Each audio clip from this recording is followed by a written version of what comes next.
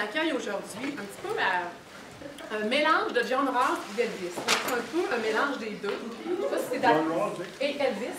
Elvis? Je pense que c'est...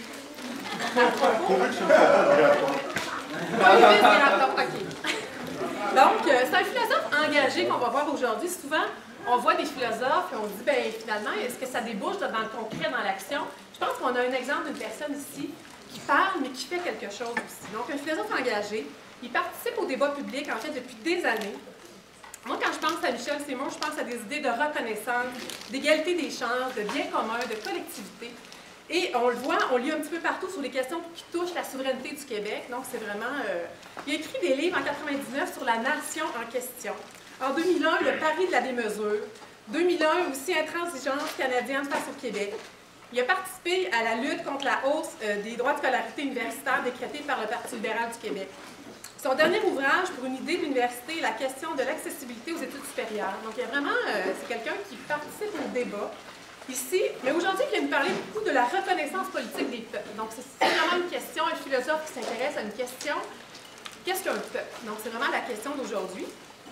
Et il va examiner les arguments favorables, défavorables à l'octroi des droits collectifs, par exemple. Nous avons la chance d'observer un philosophe en action, c'est un peu ça. Il va tenter de clarifier le sens du concept de nation. Il prendra position, finalement, il va argumenter son propos, mais il sera toujours ouvert au débat public. Je pense que c'est quelqu'un qui n'est pas fermé, qui est accessible et qui veut discuter avec les gens qui sont ici. Donc, quand je dis quelqu'un d'accessible, soyez pas gênés de poser des questions. Je vous le dis, les grandes personnes que moi je rencontre, c'est souvent des gens hyper accessibles et très simples. Donc, on a vraiment une personne comme ça avec nous. Donc, au nom du Collège Mérisy, du département de philosophie, bien, merci Michel Simon d'avoir accepté l'invitation. C'est un plaisir d'en apprendre un petit peu plus en votre compagnie. Donc, merci.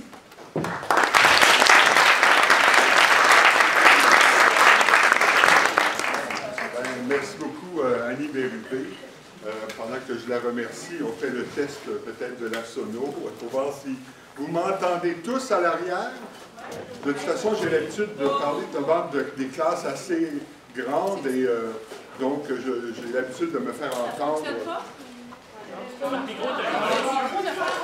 Le micro ne fonctionne pas. Non, non, c'est bon. Ça va? Non, là, c'est bon. Ça va, là?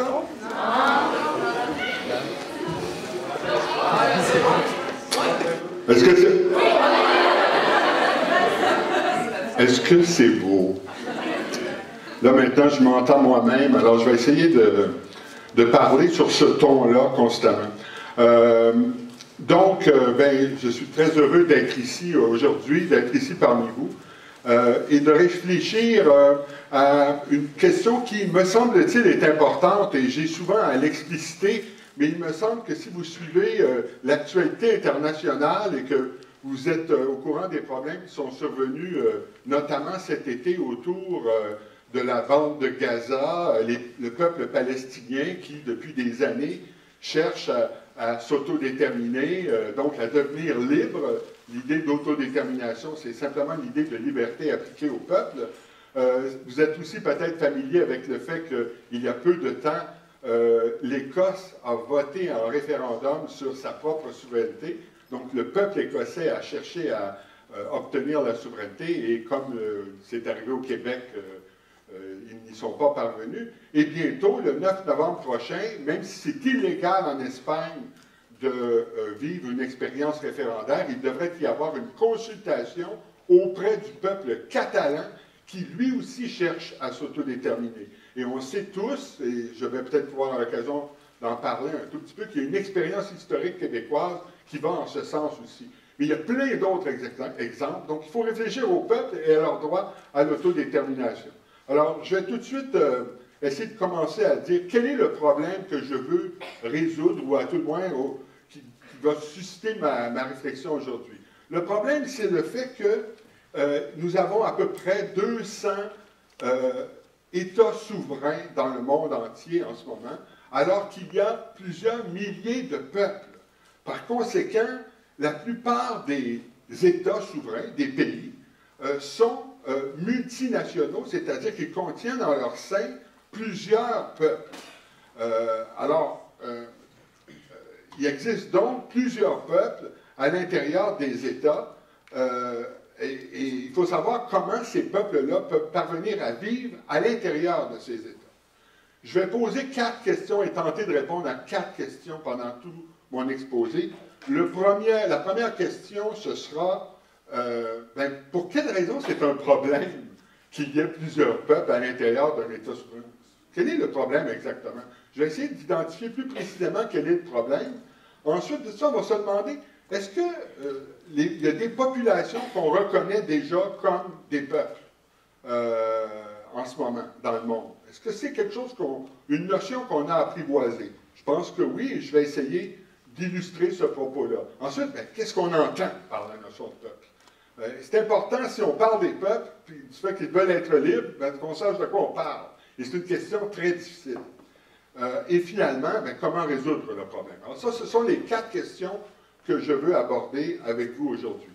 Alors, commençons par la première. Quel est le problème? Le problème est que vous ne pouvez pas demander à un peuple de renoncer à être un État souverain, à être un pays, et en plus de renoncer à ne pas être reconnu à l'intérieur de ce pays. Ça crée une injustice. Vous auriez des peuples qui auraient leur propre pays et qui, parce que ces peuples ont leur propre pays, sont reconnus internationalement par la communauté internationale. Donc, ils bénéficient de la reconnaissance et d'un pays. Et vous auriez à l'intérieur de cet État des peuples qui, eux, n'ont pas un pays et qui, en plus, ne sont pas reconnus. Alors là, il y a une injustice dans la mesure où tous les peuples devraient être traités de manière égale. Il faudrait qu'on parvienne à tenir compte de ces peuples-là qui n'ont pas leur propre État. Et l'argument commence comme suit: les peuples ont besoin d'être reconnus. On peut déjà critiquer ça, ça peut être problématique. Prenez les personnes. Les personnes ont besoin d'être reconnues dans leur vie. Dans leur vie privée, avec les personnes qui leur sont proches, ils bénéficient d'une relation amoureuse, de liens affectifs avec les personnes qui leur sont proches. C'est très important d'être reconnu par tes proches et d'être aimé par tes proches. Ça procure un sentiment de confiance en soi que de profiter de ça. Les personnes ont besoin aussi d'être reconnues dans la société comme des citoyens à part entière, des citoyens égaux, et les systèmes légaux, les chartes des droits et libertés fournissent à toutes les personnes une certaine reconnaissance. Quand on est un citoyen dans un État et qu'il y a une charte des droits et libertés, on est reconnu comme un citoyen à part entière, égal aux autres. Ça peut vous paraître abstrait quand vous bénéficiez de plein de droits, mais quand vous avez à vous battre pour vos droits, vous réalisez qu'une telle charte des droits et libertés est extrêmement importante pour la reconnaissance des personnes. Et vous êtes aussi, quand vous êtes une personne, vous avez besoin d'être reconnu dans la sphère du travail, par exemple. La contribution spécifique que vous pouvez faire à la société est quelque chose d'extrêmement important pour nous valoriser nous-mêmes dans l'apport distinctif qu'on peut faire par rapport aux autres citoyens. Alors, on ne s'en rend peut-être pas compte, mais on a besoin dans notre vie d'être reconnu par nos intimes, par une charte des droits et libertés et dans le domaine du travail. Eh bien, il en va de même pour les peuples. C'est tellement le cas que, c'est pas de la théorie, là, ce que je vous raconte, là, parce qu'en ce moment même, partout à travers le monde, pour devenir un État souverain, un peuple ne parviendra pas à devenir un État souverain s'il n'est pas reconnu par la communauté internationale. Pour devenir un État souverain, un peuple doit obtenir la reconnaissance de la communauté internationale. Alors, quand je vous dis que la reconnaissance est importante pour les peuples, c'est pas que j'ai bricolé une théorie tout seul chez moi, là. C'est comme ça la réalité en ce moment. Alors, si les peuples ont besoin de reconnaissance pour accéder à la souveraineté, les peuples devraient aussi avoir droit à être reconnus quand ils n'ont pas d'État souverain à l'intérieur de l'État multinational dans lequel ils se trouvent.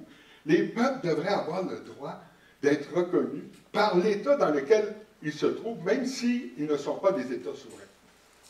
OK? Alors, donc ça, c'est l'argument qui m'amène à dire on a besoin de reconnaissance. J'examine quand même tout de suite, parce qu'un philosophe, ça remet tout en question. Alors là, j'ai donné un bel argument, mais oui, mais on peut... Pourquoi tout ça, c'est un problème? Il n'y a pas de problème. Il n'y a pas de problème. Pourquoi? Il n'y a pas de problème parce qu'il suffit que tous les peuples deviennent souverains. Tu n'as pas besoin de te poser le problème. Comment on fait à l'intérieur d'un État quand on n'est pas souverain pour être reconnu? Monsieur Seymour, posez-vous pas cette question-là. C'est très simple. Il s'agit de faire en sorte que tous les peuples deviennent souverains. Alors, qu'est-ce que j'ai à dire par rapport à cette façon de dissoudre le problème? On n'a pas de problème. On va faire en sorte que tous les peuples vont devenir souverains. J'ai deux réponses. La première, c'est que ça va mettre à l'échelle internationale une instabilité comme on n'en a jamais eu. Il y a plusieurs peuples non souverains dans le monde. Si tous les peuples non souverains devenaient souverains, ça foutrait un bordel, pardonnez-moi l'expression, un bordel majeur. Prenez simplement le Canada. Vous avez au Canada, on peut dire le peuple canadien, l'ensemble des citoyens canadiens, mais en son sein, il y a d'autres peuples. Il y a le peuple québécois, bien sûr, mais aussi il y a le peuple acadien, d'accord, mais il y a entre 50 et 80 peuples autochtones qui rassemblent les 600 bandes autochtones qu'on trouve partout au Canada et qui forment une population d'1 million au total. La taille moyenne d'un peuple autochtone, c'est 10 000 personnes. Vous imaginez? On aurait alors, au lieu du Canada, entre, disons, 53 et 55 pays, peut-être même 80, 83 pays. Alors ça, c'est juste pour le Canada, une population de 30 millions. Je n'ose même pas considérer ce qui se passerait en Inde, au Nigeria, en Chine, dans plein de pays qui sont composés de multiples ethnicités. Alors donc, il y a une telle instabilité à l'échelle internationale qui serait causée par le fait que tous les peuples aient leur État, qu'il ne faut pas envisager ça. Mais, encore là, remettons ça en question. On va dire, ah là, vous chipotez. C'est un beau principe, il faudrait que tous les peuples aient leur propre État. On va dire que j'accepte que tous les peuples peuvent avoir leur État. Mais avant que ça arrive, beaucoup d'eau va couler sous les ponts. Je veux dire, si dans le prochain siècle, on passe de 200 États souverains à 400 États souverains, c'est un chambardement majeur. Mais on va dire qu'on réussit d'ici un siècle à passer à 400 États souverains. Il va rester malgré tout plusieurs milliers de peuples encore qui ne sont pas souverains. Donc pour au moins 100 ans, là, vous avez votre problème de gérer des peuples sans État à l'intérieur des États, même si l'idéal devrait être accepté que tous les peuples accèdent à la souveraineté. Donc, c'est une question réelle, c'est un problème réel, donc je poursuis, je vais vite, mais je poursuis en disant, j'ai réglé ce problème-là, on est en face d'un vrai problème. Donc, l'idéal n'est pas sur le point d'être réalisé si on accepte l'idéal, par conséquent, le problème demeure. OK, alors, malgré tout, on peut servir trois objections. Pas besoin de s'intéresser, de se préoccuper par la question de la reconnaissance des peuples sans État. C'est une autre façon de dissoudre la question. Moi, je dis, il y a un problème, il y a des peuples qui ont besoin d'être reconnus, puis il faut qu'on essaie de réfléchir à la façon par laquelle on les reconnaîtrait. Mais alors là, ici, voilà des objections qui disent on ne doit pas les reconnaître. La première critique que j'ai eue tantôt, c'est oui, on n'a pas besoin de ce problème-là parce que tous les peuples vont devenir souverains. Là, maintenant, on dit non, les peuples ne vont pas tous devenir souverains, c'est vrai, mais on n'a pas à les reconnaître. Et la première raison, c'est qu'on fait la distinction entre les peuples civiques et les peuples ethniques. Un peuple civique, c'est un pays. Et peu importe l'origine ethnique des gens qui se trouvent dans ce pays, c'est tous des citoyens de ce pays. Et alors donc, il n'y a pas de discrimination sur la base de l'origine ethnique. Par conséquent, c'est très noble un concept de peuple civique. Un peuple civique, c'est un pays avec plein de citoyens de différentes origines.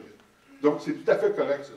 Alors que les peuples qui ne sont pas des États souverains, on va dire, ben, c'est l'autre catégorie, c'est des peuples ethniques. Et les peuples ethniques, c'est des peuples qui sont fondés sur l'origine ethnique. Et on trouve ça problématique de dire on va parler des gens en fonction de leur origine ethnique. C'est problématique, par conséquent, un peuple ethnique, mais on n'a pas à reconnaître alors les peuples ethniques. Donc, on n'a pas besoin de se poser la question comment on va faire pour reconnaître les peuples. On ne doit pas les reconnaître, les peuples. Et on ne doit pas les reconnaître parce qu'on distingue entre les concepts de peuples civiques des pays et les peuples ethniques, basés sur l'origine ethnique. Or, les peuples sans État sont des peuples ethniques, donc ils ne doivent pas être reconnus, donc on n'a pas notre problème. Qu'est-ce que je réponds à ça? J'ai une réponse.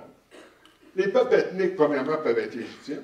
C'est-à-dire, il y a des peuples autochtones qui se représentent eux-mêmes, composés d'individus qui croient partager la même origine ethnique. Okay? Ils se représentent eux-mêmes comme ayant la même origine ancestrale. Donc, il y a des peuples qui sont ethniques, effectivement. Mais ces peuples-là ne sont pas agressifs. Ces peuples-là ne sont pas nécessairement en train d'appliquer de la discrimination. Ces peuples-là ne sont pas violents. Donc, il y a des peuples ethniques qui ne sont pas du tout violents et qui méritent peut-être la reconnaissance. Donc, ce n'est pas parce qu'on est un peuple fondé sur l'origine ethnique qu'il faut automatiquement dire que c'est mal. Deuxièmement, il y a plusieurs peuples qui n'ont pas d'État souverain, donc c'est des peuples sans État, mais néanmoins, c'est des peuples multi-ethniques, d'origine ethnique différente, d'origine ancestrale différente, et même multiculturels, d'origine culturelle différente, parce qu'ils ont accueilli des gens issus de l'immigration et que ça fait une diversité culturelle.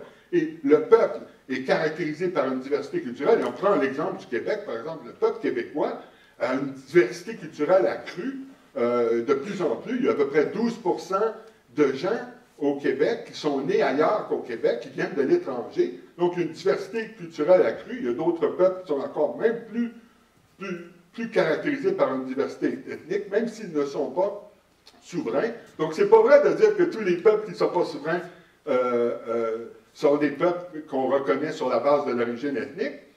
Et troisièmement, les prétendus peuples civiques qui disent, nous, c'est vraiment parfait, on est des peuples civiques, on est vraiment bon, on n'est pas dans le mal, c'est les peuples ethniques qui sont dans le mal, nous, on est les peuples civiques qui sont dans le bien.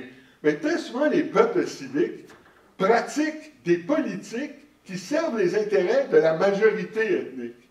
Alors, ils ne sont pas si civiques que ça parce que c'est des peuples qui servent la majorité aux dépens de la minorité. Donc, pour toutes ces raisons-là, il faut faire attention avec la distinction ethnique-civique et il faut récuser l'argument qui dit on n'a pas besoin de les reconnaître parce que c'est des peuples ethniques. Je viens de donner 3 réponses à cette objection-là. Mais il y en a une deuxième objection que je veux considérer. On n'a pas besoin... Mais ici, c'est une réaction qui est plus favorable. OK, d'accord, c'est vrai. Bon, on va dire qu'on a des peuples, ils ne sont pas souverains, puis il faut qu'on les reconnaisse à l'intérieur de l'État dans lequel ils se trouvent. C'est vrai, d'accord. Mais il faut faire très attention avec cette idée de reconnaissance, parce que c'est beau de reconnaître les gens, mais si on les reconnaît sur la base de leur origine ethnique, là, on stigmatise autant qu'on reconnaît. C'est beau reconnaître, mais dans la reconnaissance des gens sur la base de leur origine ethnique, il y a une stigmatisation autant qu'une reconnaissance.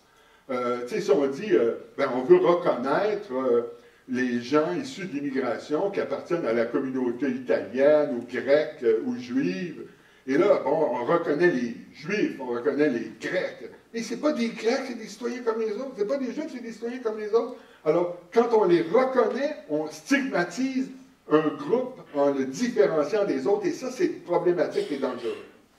Ce serait ça l'argument, ici, qui est un peu plus soft, un peu moins agressif, mais qui encore dit qu'il faut faire attention avec les politiques de la reconnaissance. Mais moi, ce que je dis, c'est que la stigmatisation la plus importante, c'est d'imposer un carcan à tout le monde et de penser tout en termes de la distinction entre ethnique et civique.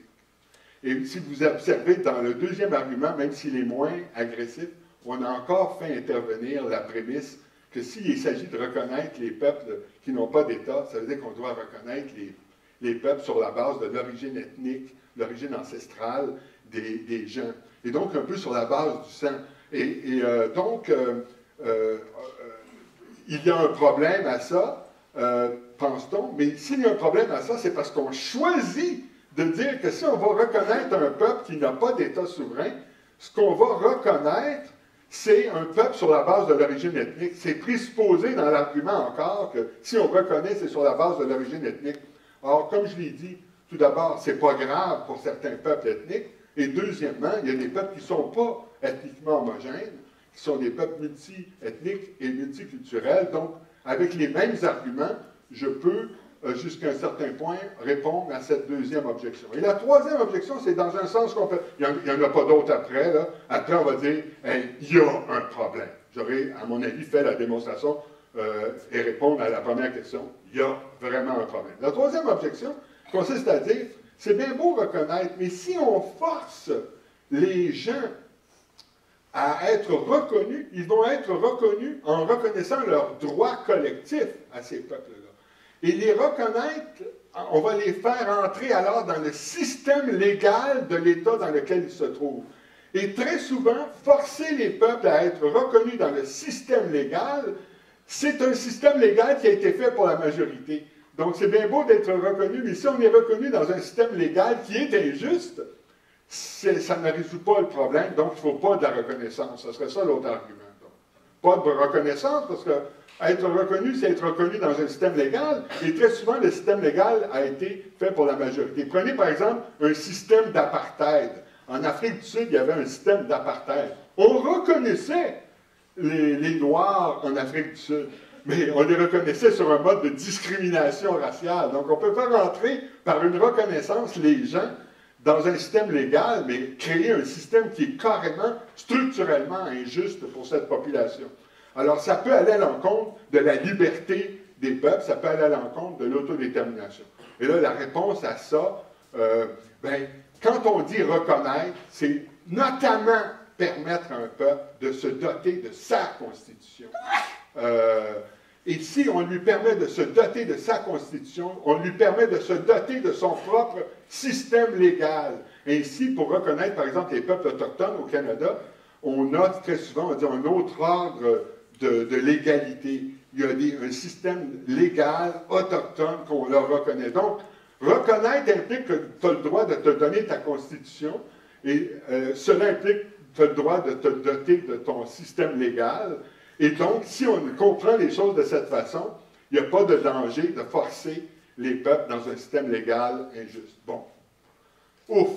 Passons à ma deuxième question. Est-ce que je réponds aux questions tout de suite? Juste une question de compréhension? Oui. Par rapport à ton système légal, tu disais que, si je comprends le sens de ce que vous dites, vous parlez que les peuples autochtones au Canada, de par le système légal, auraient le droit de se doter de sa propre constitution. Oui. Pourtant, dans le système actuel des choses, c'est pas le cas. Aucune communauté autochtone n'a réussi à se faire sa propre constitution, malgré qu'ils ont essayé depuis les 60 dernières années. Oui. C'est pourquoi, là, vous avez un philosophe devant vous. Il y a des choses que je prétends être factuelles, et il y a des choses qui sont ce qui devrait être fait. Et par exemple, je vais en parler tantôt, en 2007, il y a une déclaration qui a été signée par, au départ, 146 pays, je crois, et maintenant 150, mais le Canada avait refusé de signer dans un premier temps, il a accepté après. C'est tout un système qui implique l'autodétermination des peuples autochtones. Donc, c'est un vrai gros progrès. Et un système légal autochtone, à mon avis, doit être autorisé. Ça ne l'est pas, vous avez tout à fait raison. Dans les faits, ça ne l'est pas. Mais quand je dis qu'il faut ça, ça serait pour répondre à l'objection que... Parce qu'en ce moment, effectivement, si on reconnaît les peuples autochtones dans le système légal, c'est quoi ce système légal? Il est totalement injuste. C'est quoi ce système légal? C'est la loi des Indiens. C'est un rapport tutélaire de l'État fédéral qui est fiduciaire des peuples autochtones. Un rapport totalement paternaliste. Et certains ont dit que, en vertu de cette loi des Indiens, on a des réserves, le système des réserves. Mais le système des réserves, c'est un système d'apartheid. Alors, effectivement, je suis sensible à l'objection. C'est beau de reconnaître, mais si c'est reconnaître, c'est pour faire entrer dans un système légal qui est injuste, c'est inacceptable. Et c'est pourquoi, pour vraiment respecter la liberté des peuples qui n'ont pas d'État souverain, on devrait leur permettre au moins de se doter de leur propre constitution interne. Et c'est ce qui s'est passé avec le peuple catalan. Je vais en dire quelques mots plus tard. Mais on va dire, là, pour le moment, ouais, on a vraiment un problème. Je pense que votre question, de toute façon, ne remet pas ça en question. Vous dire, on a peut-être un problème encore plus gros. Mais on a effectivement un vrai problème. Il y a des peuples qui n'ont pas d'État et on a probablement l'obligation de les reconnaître d'une certaine façon. On verra plus tard pourquoi. Mais on est d'accord pour dire qu'il y a un problème de reconnaissance des peuples sans État. Du moins, je procède en faisant comme si j'avais répondu aux objections en ce sens. sur 4 sujets, deuxième sujet, ben, quelles populations sont identifiées comme des peuples déjà? Parce que les gens peuvent dire, ouais, mais c'est quoi un peuple? C'est dur à définir, et c'est vrai que c'est dur à définir. Mais il faut savoir qu'il y a déjà une certaine reconnaissance des peuples, même dans le droit international. Tout d'abord, on reconnaît les peuples qui sont dotés d'États souverains. Les Nations unies accueillent en leur sein 200 peuples souverains, les peuples qui ont leur propre État, les peuples qui sont organisés en États souverains, les peuples qui ont leur propre pays.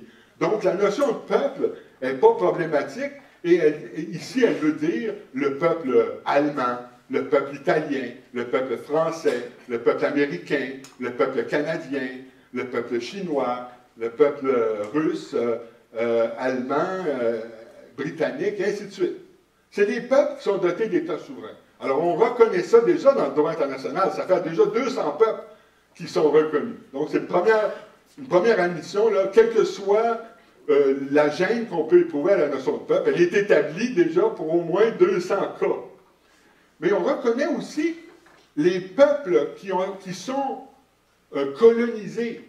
Il y a des clauses dans le droit international qui disent si vous êtes un peuple colonisé, et on a identifié les peuples qui faisaient partie là, des colonies françaises et autres en Afrique, c'était des peuples qui étaient colonisés. Le droit international a reconnu ces peuples qui ne détenaient pas eux-mêmes leur propre souveraineté. On les reconnaissait, et s'il y a d'autres peuples qui sont colonisés en ce moment un peu partout dans le monde, eh bien, ces peuples-là, ils sont reconnus dans le droit international. Donc, c'est d'autres peuples, en plus des peuples qui détiennent déjà la souveraineté, il y a des peuples qui sont colonisés, ou alors ceux qui subissent une oppression politique.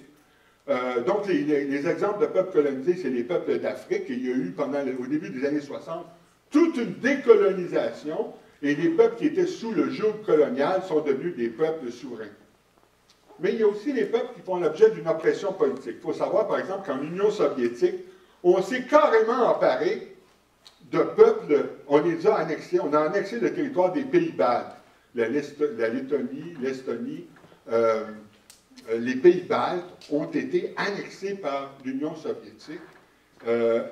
Donc, ces gens-là se sont retrouvés opprimés politiquement par la présence politique d'un conquérant qui est venu prendre leur territoire. Alors, ces peuples-là aussi sont reconnus. En plus des peuples souverains, il y a les peuples colonisés puis les peuples qui subissent une oppression politique. Et depuis 2007, je viens juste de faire allusion, il y a une déclaration sur les droits des peuples autochtones, et où là, on a reconnu tout un autre ensemble, et là, c'est plusieurs centaines de cas, de peuples autochtones, les peuples amérindiens, les Inuits, les Métis. Et au Québec, on a 11 peuples autochtones. Donc, les peuples autochtones, ça existe. Il y en a beaucoup. On en a beaucoup au Canada. Et ils sont maintenant reconnus. Et d'ailleurs, les 4 pays les plus réticents à signer cette déclaration, c'était la Nouvelle-Zélande, l'Australie, les États-Unis et le Canada.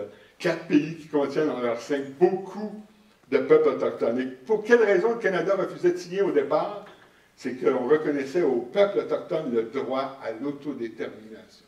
À être libre dans le Canada, mais à être libre quand même.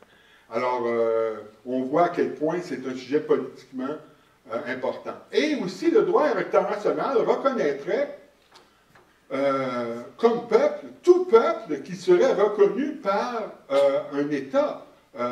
Et donc, dans le cas, par exemple, du Québec, en 2006, à la Chambre des communes, Stephen Harper a dit qu'on allait reconnaître la nation québécoise à part entière. Il faut la reconnaître. Donc, l'État canadien reconnaît le peuple québécois depuis 2006. En Catalogne, la Cour constitutionnelle a, en 2000, dit « On vous reconnaît comme peuple au sens sociologique du terme. » Donc, on a reconnu le peuple catalan verbalement, ce n'est pas encore dans la Constitution. Et en Écosse, dès lors qu'ils sont entrés dans l'Union, parce qu'ils étaient un pays indépendant avant 1707, quand ils sont entrés dans l'Union, automatiquement, tout le monde en Grande-Bretagne reconnaissait l'existence du peuple écossais. Donc, vous avez des cas où l'État reconnaît l'existence du peuple, et ça suffit pour dire que c'est des peuples. Donc, il y a déjà une reconnaissance.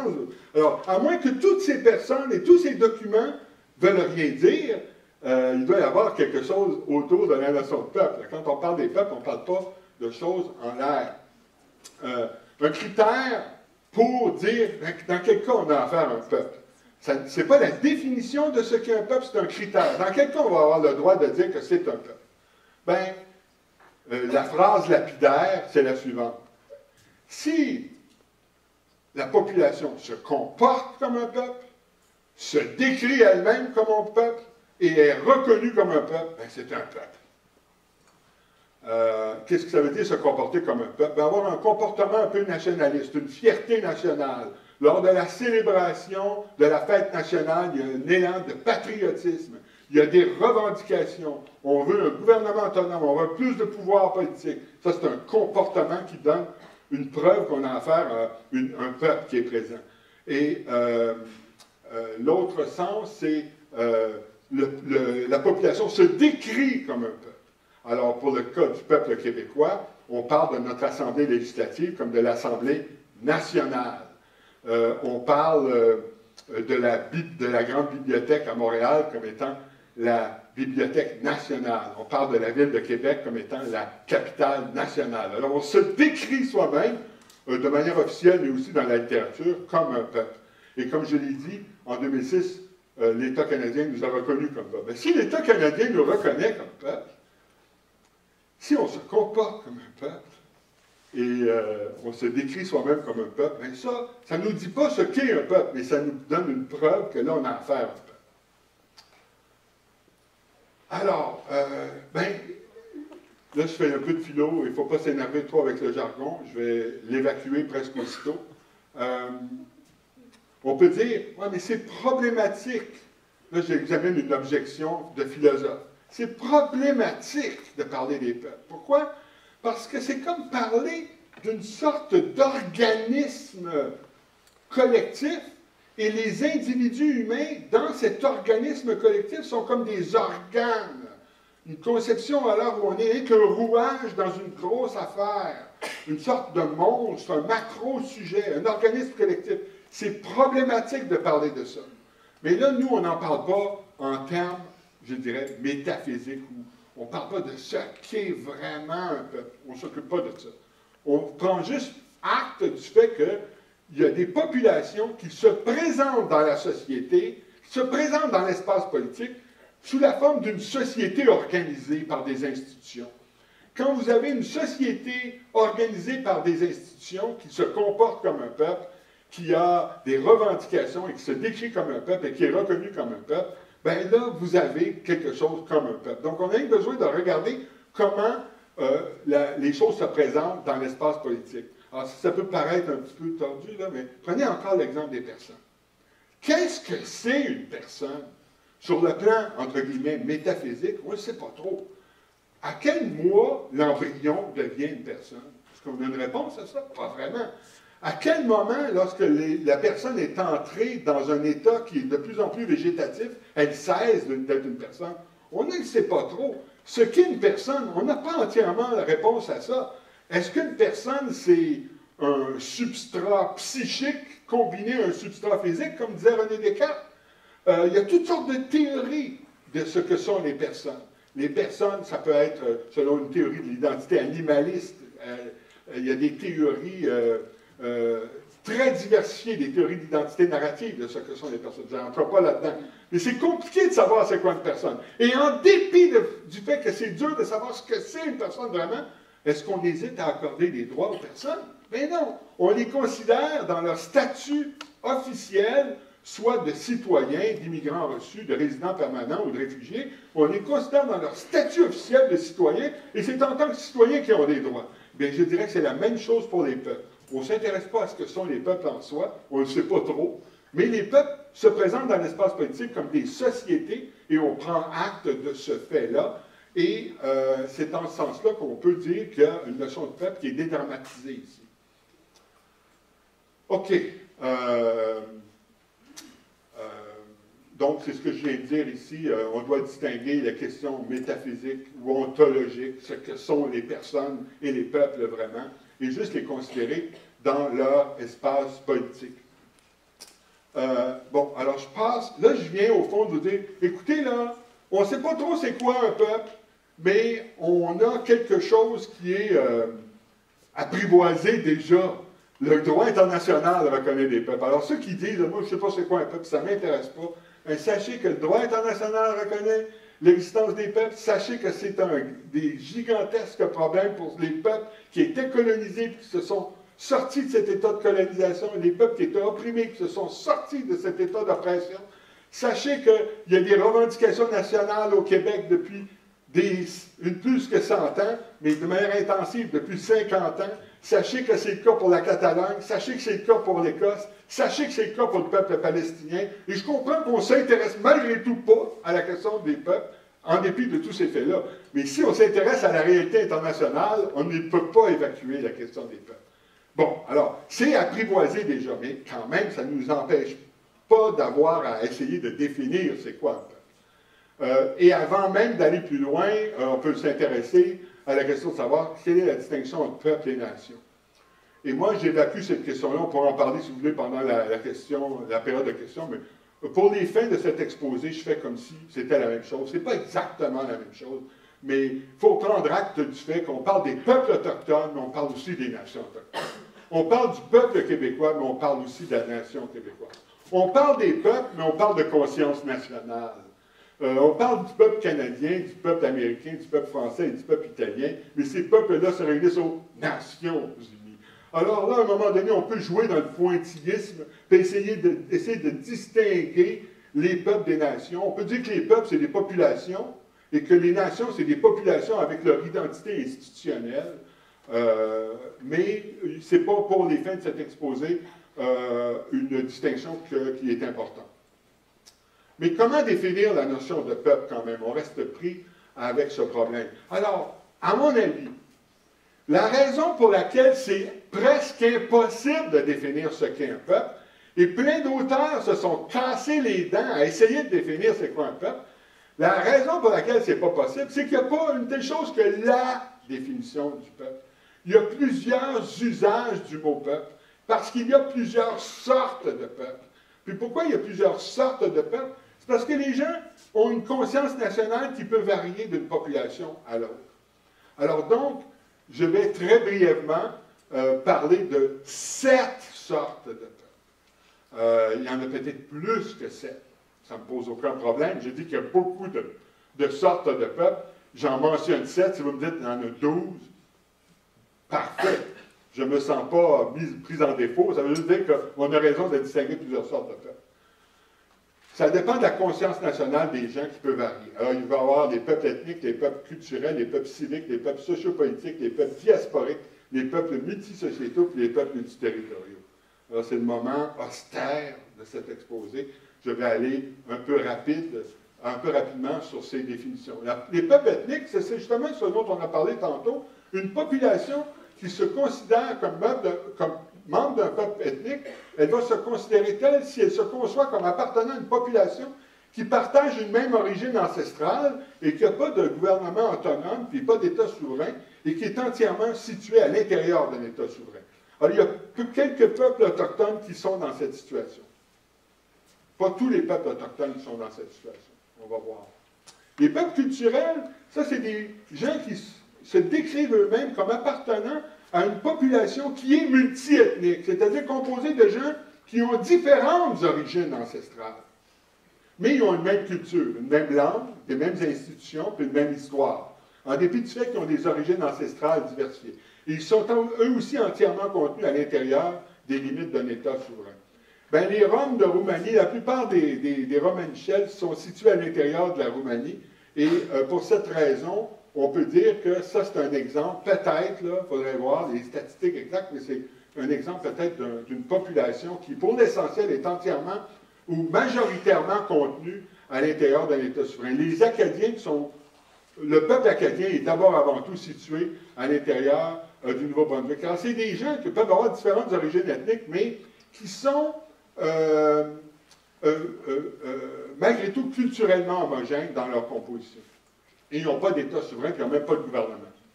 Les peuples civiques, ça aussi j'y ai fait allusion, c'est des peuples qui ont un État souverain, mais il n'y a qu'un peuple qui a cet État souverain. C'est un État souverain avec qu'un seul peuple. Quand le peuple se représente comme faisant partie d'une population qui a ceci en commun, que tous les membres sont des citoyens d'un État et que l'ensemble des citoyens n'appartiennent qu'à un peuple, et ça c'est un peuple civique. En Islande, au Portugal et en Corée, il n'y a pour l'essentiel qu'un seul peuple. Les peuples sociopolitiques, ça c'est intéressant parce que ça concerne précisément les cas de l'Écosse, la Catalogne et le Québec, mais aussi le Nunavut. C'est des peuples qui sont organisés en gouvernement, qui ont leur propre gouvernement, mais ce gouvernement n'est pas le gouvernement d'un État souverain, et il contient ce gouvernement-là en son sein le plus grand échantillon dans le monde de gens qui partagent la même langue, la même culture, les mêmes institutions, la même histoire. Quand vous trouvez dans un État souverain un sous-État, c'est-à-dire par exemple une province, comme c'est le cas pour le Québec, une région, comme c'est le cas pour la Catalogne, ou bien un gouvernement autonome issu d'une dévolution de pouvoir, comme c'est le cas pour l'Écosse, quand vous trouvez une entité comme ça et que dans cette entité gouvernementale, à l'intérieur de sa juridiction, il y a le plus grand échantillon dans le monde de gens qui parlent à la fois la même langue, qui participent des mêmes institutions et qui ont la même histoire, eh bien, il s'agit d'un peuple au sens sociopolitique. Et le Nunavut, c'est un peuple inuit au Canada qui a son propre gouvernement. C'est pas encore une province, mais c'est presque comme une province. Et donc, en ce sens-là, c'est une population qui a son propre gouvernement. Les peuples diasporiques, le meilleur exemple, ce serait l'ancienne diaspora juive. Avant qu'on crée Israël, les Juifs étaient répartis partout dans le monde, sur des territoires discontinus. Ils formaient des tonnes de fragments minoritaires. Ils étaient minoritaires à l'intérieur des États dans lesquels ils se trouvaient. Ça, c'est un peuple qui est diasporique. Alors, un peuple peut avoir sa propre diaspora. Quand vous avez des immigrants qui quittent le peuple, qui vont s'installer ailleurs, c'est la diaspora de ce peuple. Mais on a affaire à un peuple diasporique quand le peuple lui-même est composé de que des immigrants. Ils se sentent tous, les Juifs de la diaspora avant la création d'Israël, se sentaient partie prenante de la même nation, du même peuple, mais sous la forme d'échantillons minoritaires sur chacun des territoires discontinus. Donc l'ancienne diaspora juive avant la création d'Israël, ce serait un exemple de peuple diasporique, ça achète. Finalement, les peuples multisociétaux, bien c'est des peuples comme le peuple canadien qui est composé de plusieurs peuples. C'est un peuple qui a son État souverain, qui a son propre pays, mais il sait qu'il est composé de plusieurs peuples en son sein. Le peuple canadien sait qu'il a en son sein le peuple québécois, des peuples autochtones et le peuple canadien. Le peuple espagnol sait qu'il a en son sein le peuple catalan et d'autres peuples aussi, le peuple galicien, puis le peuple basque. Le peuple britannique sait qu'il a en son sein le peuple du Pays de Galles et le peuple écossais. Donc, on fait partie d'un peuple multisociétal quand on sait qu'on a un État souverain, mais qui est composé de plusieurs peuples.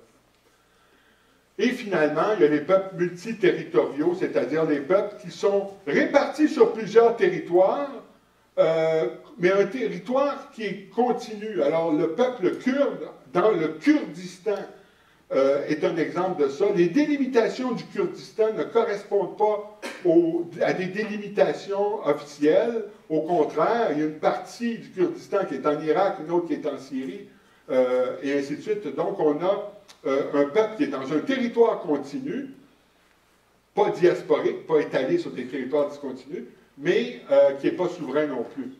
L'autre exemple, si on pense que c'est juste sur le cas des Kurdes, non, c'est le cas des Mohawks. Les Mohawks occupent Akwesasne. Akwesasne, c'est une région non souveraine, mais qui est sur des territoires continus, comme le Québec, l'Ontario et l'État de New York. OK. Alors donc, on a 7 sortes de peuples. Pas besoin de retenir tout ça. Mais vous voyez qu'il y a une complexité, puis il y a différentes sortes de conscience nationale. Les gens se représentent leur identité nationale de différentes façons. Et c'est la raison pour laquelle on ne peut pas définir les peuples, c'est qu'il y a plusieurs sortes de peuples. Puis il y a plusieurs sortes de peuples parce qu'il y a plusieurs consciences nationales. en plus des peuples, il y a les fragments minoritaires de peuples. Les peuples issus de l'immigration, je les appelle, premièrement, on va dire, il y a les diasporas qui sont des fragments minoritaires de peuples, puis il y en a deux sortes, les diasporas contiguës et les diasporas non contiguës. Alors, qu'est-ce que c'est ça? Les diasporas contiguës, c'est par exemple les Russes qui débordent la Russie dans les pays baltes, ou les Palestiniens qui débordent la Palestine à l'intérieur d'Israël. La minorité palestinienne en Israël, ce serait une diaspora contiguë de ce genre. Les Serbes qui débordent du côté de la Bosnie, les Hongrois qui débordent la Hongrie vers la Slovaquie. Il y a plein de cas, il y en a des centaines de cas. On va dire très souvent que c'est des fragments minoritaires de peuples. Ils ne constituent pas des peuples à eux-mêmes, des fragments minoritaires de peuples qui sont du mauvais côté de la frontière. La majorité se trouve de l'autre côté de la frontière. Eux autres, c'est une minorité dans un autre pays. On les appellerait les diasporas contiguës. Alors, il y a aussi les diasporas non contiguës. Et là, c'est un terme technique parce qu'il y a une raison bien simple à ça, mais je pourrais dire les gens issus de l'immigration. Les gens issus de l'immigration ne sont pas dans la continuité d'une nation voisine, comme les diasporas contiguës. Ils sont liés à un pays lointain. Donc, ça, c'est les immigrants, premièrement. Mais il n'y a pas seulement les immigrants. Si vous prenez, par exemple, à Montréal, la minorité juive, la minorité italienne et la minorité grecque, même s'ils sont ici depuis plusieurs générations, ils s'identifient encore à leur pays d'origine. Et c'est un peu comme s'ils étaient encore des immigrants. Ils ne sont pas des immigrants. Les appeler immigrants est une injustice. Ils sont nés ici, mais ils ont toujours un lien avec leur pays d'origine. Alors, il y a plusieurs sortes de diasporas non contiguës. Les gens qui sont nés à l'extérieur, qui forment une communauté migrante, mais aussi les gens qui continuent de s'identifier à un autre pays. Alors, vous voyez la complexité, là, vous avez au moins cette sorte de peuple, puis au moins deux sortes de fragments minoritaires de peuples qui ne sont pas eux-mêmes des peuples, mais qui sont quand même des groupes nationaux, qu'il faudrait idéalement reconnaître. Dernière question que je pose. Il me reste combien de temps? On a au moins 15 minutes, hein? OK. Oui, oui. OK. Alors, donc, j'ai tout le long temps pour traiter de la dernière question. Ah, c'est bien beau tout ça, mais alors, qu'est-ce qu'on fait? Bien, on prend un verre d'eau. Et maintenant, le problème est réglé. Alors, qu'est-ce qu'on fait avec ça? J'ai déjà indiqué, il faut les reconnaître, ces peuples qui n'ont pas été jusqu'à présent reconnus. Et il y a deux façons au moins d'être reconnus. On peut être reconnu par la communauté internationale lorsqu'on est un État souverain, puis on peut être reconnu par l'État englobant ou multinational lorsqu'on est un peuple sans État. Ces deux modes de reconnaissance des peuples rendent possible l'autodétermination externe et l'autodétermination interne des peuples, de manière respective. Quand la communauté internationale reconnaît un peuple comme un État souverain, le peuple qui vient d'atteindre la souveraineté, qui s'est doté d'un pays, alors on peut dire qu'il s'autodétermine à l'extérieur. Il est reconnu par la communauté internationale, son autodétermination, sa liberté, c'est par rapport à la communauté internationale, on appelle ça l'autodétermination externe. Un peuple qui serait reconnu à l'intérieur d'un État, ce serait un peuple qui exercerait son autodétermination, sa liberté interne, à l'intérieur de l'État. Donc, c'est deux sortes d'autodétermination. Alors, l'autodétermination externe, le droit à l'autodétermination externe, ça peut être, premièrement, le droit d'avoir son propre État. Si vous avez un État souverain, peut-être que vous n'avez pas le droit d'avoir cet État souverain. Avoir le droit à l'autodétermination externe, ce serait avoir le droit d'avoir l'État que vous avez en fait.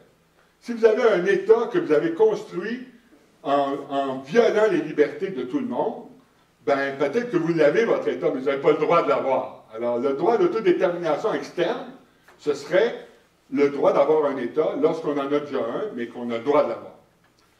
Ce serait aussi, c'est le droit à l'autodétermination externe le plus connu, celui-là, c'est le droit de faire sécession. C'est-à-dire, on n'a pas d'État, ce serait le droit de se doter d'un État souverain en faisant sécession du pays dans lequel on se trouve, et donc en violant l'intégrité territoriale du pays dans lequel on se trouve. Et il y a une autre forme d'autodétermination externe, ce serait le droit de déterminer l'État auquel on va être associé. Vous pouvez être un peuple, par exemple un peuple autochtone, qui ne peut pas vraiment faire sécession pour avoir son État, ils ne sont que 10 000 personnes. Avoir un État très complexe avec toute l'organisation que ça représente, ça, c'est presque pas censé. Mais il y a un droit d'association que peut avoir un peuple autochtone. Il a le droit peut-être de violer l'intégrité territoriale de l'État dans lequel il se trouve pour s'associer à un autre peuple. Donc, il choisit le peuple auquel il veut s'associer. C'est une autre forme d'autodétermination externe reconnue par le droit international. Ça, c'est l'autodétermination externe. La chose la moins connue, sur laquelle je veux m'arrêter plus longuement, c'est l'autodétermination interne. La définition que vous trouvez dans tous les documents internationaux pour l'autodétermination interne, c'est la définition suivante. C'est le droit de se développer économiquement, socialement et culturellement à l'intérieur d'un État souverain. C'est le droit de déterminer son statut politique à l'intérieur de cet État souverain. Ça, c'est la définition que vous trouvez partout. Alors, il y a au moins 5 applications différentes qu'on pourrait donner de ce que c'est l'autodétermination interne ainsi comprise. Hein, là, je viens de dire, ça, c'est vraiment les définitions des documents internationaux, mais comment c'est interprété, ça? Qu'est-ce que c'est pour un peuple d'avoir le droit de se développer économiquement, socialement et culturellement, puis le droit de déterminer son statut politique? Qu'est-ce que ça veut dire, ça? Bien, pour la Cour suprême du Canada, par exemple, ça veut dire un droit d'être représenté politiquement à l'intérieur de l'État. Vous pouvez vous autodéterminer à l'interne si vous êtes capable de faire élire des membres de votre peuple et que ces membres élus de votre peuple peuvent jouer un rôle dans l'organisation politique de l'État souverain. Mais à ce moment-là, vous êtes dans l'autodétermination interne. Vous avez une représentation politique dans l'organisation de l'État souverain. Ça, c'est le minimum.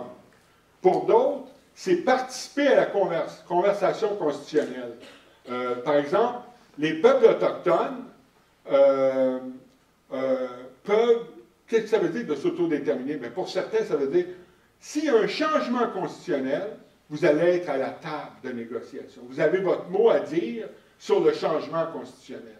Donc, la participation à la conversation constitutionnelle, c'est une manifestation de l'autodétermination interne.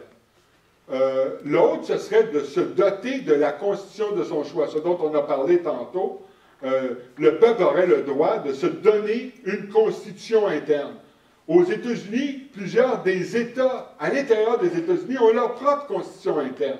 Alors un peuple, c'est pas tous des peuples, les États fédérés des États-Unis, là, mais il peut y avoir des États fédérés, des régions ou d'autres populations qui sont des peuples et qui auraient le droit de se donner le régime légal qui leur convient. Ce serait ça, une autre manifestation de l'autodétermination interne. La forme la plus classique, ce serait avoir le droit d'avoir son gouvernement autonome. Les peuples autochtones veulent, plusieurs d'entre eux, avoir un gouvernement autonome. Bien, il faudrait leur reconnaître le droit d'avoir un gouvernement autonome. Le peuple québécois jouit d'un gouvernement provincial, donc il a son gouvernement autonome. Depuis 1978, la Catalogne jouit d'un statut et a son propre gouvernement. Et depuis 1998, l'Écosse, qui était souveraine jusqu'en 1707, a recouvré une autonomie gouvernementale. Alors ça, c'est une autre forme d'autodétermination interne. Et un statut spécial, dans le cas du Québec, on a demandé, historiquement, depuis 50 ans, à être reconnu comme peuple, à avoir un statut particulier dans le Canada, c'est-à-dire pas une province comme les autres, une province distincte des autres. On a demandé un régime de fédéralisme asymétrique. On a fait plein de demandes qui donnent un statut particulier à la province de Québec. C'est une autre façon d'exercer son droit à l'autodétermination interne. Que dit le droit à l'autodétermination, que dit le droit international du droit à l'autodétermination interne? Bien, le droit international dit que tous les peuples ont le droit à l'autodétermination interne. Tous les peuples. La Cour suprême du Canada dit même que cette reconnaissance du droit à l'autodétermination des peuples est tellement importante que c'est plus qu'une convention. Et c'est tellement présent dans plein de documents internationaux qu'on ne peut pas en faire la recension, tellement il y a de documents internationaux qui affirment que tous les peuples ont le droit à l'autodétermination. Donc, c'est vraiment un principe qui est établi en droit international. Ça veut dire alors que tous les peuples ont le droit de se développer économiquement, socialement et culturellement et politiquement à l'intérieur des États englobants. Donc, on devrait admettre ça partout à travers le monde. Et ces peuples-là, les peuples ont le droit à devenir un État souverain dans le droit international parce que, selon certaines conditions, et le droit international stipule que les peuples colonisés ont le droit de devenir souverains. Vous êtes colonisé, vous subissez une injustice, mais vous avez le droit de devenir souverain. Là, vous n'avez pas juste le droit à l'autodétermination interne, vous avez le droit à l'autodétermination externe. Les peuples qui subissent une oppression politique, comme les peuples baltes sous annexion par l'Union soviétique, ces peuples-là ont automatiquement le droit, du point de vue du droit international, de devenir souverains. Parce que si vous êtes un peuple que vous avez subi l'oppression politique, bien vous avez le droit d'exercer votre autodétermination externe et donc de devenir un État souverain. Et le plus important, c'est, dans le droit international, on dit que si l'État ne reconnaît pas votre droit à l'autodétermination interne, c'est une injustice et vous avez le droit de devenir souverain. Ça, c'est assez important. Si l'État qui est en présence, l'État englobant ou l'État multinational, ne reconnaît pas à ces peuples leur droit de se développer économiquement, socialement et culturellement et le droit de déterminer leur statut politique à l'intérieur de l'État, eh bien, ces peuples-là ont le droit de devenir souverains. Donc, ils ont justifié tous ces gens à exercer leur autodétermination externe.